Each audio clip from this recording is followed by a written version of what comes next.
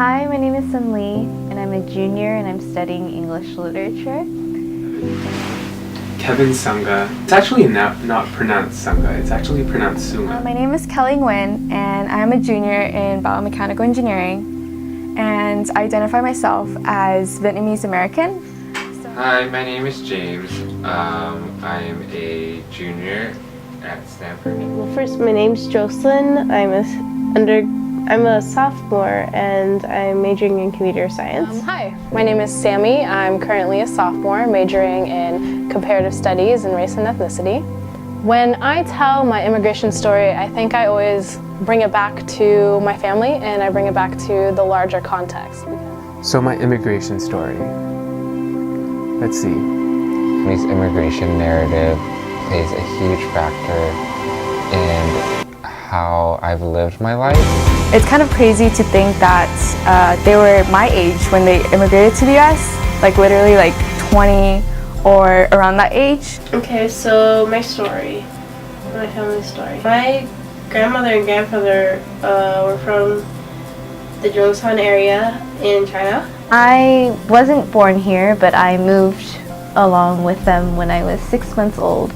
So I actually don't remember much of the movement process, and most of my nostalgia for any sort of a homeland actually lies with Los Angeles, which is where they first moved to when they immigrated over to California. So that sounds like a fairly simple story initially, but then when I started to reflect on my own identity and I reflected on the environment that my mom came from, it gets a lot more complicated. I think this immigrant experience has led me to want to be successful in life.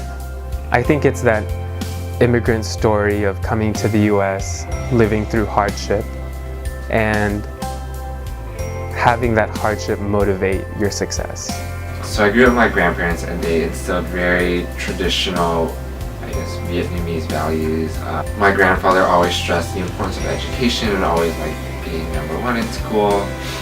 I'm just always like doing the best that I can, and it is my hope that my happiness will be their happiness. In terms of how their stories have affected my overall view, I think that they've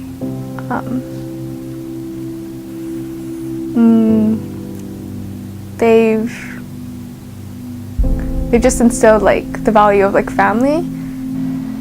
I feel a bit sad though, because I feel like some of the stuff has been lost in the way that at least my dad brought me up.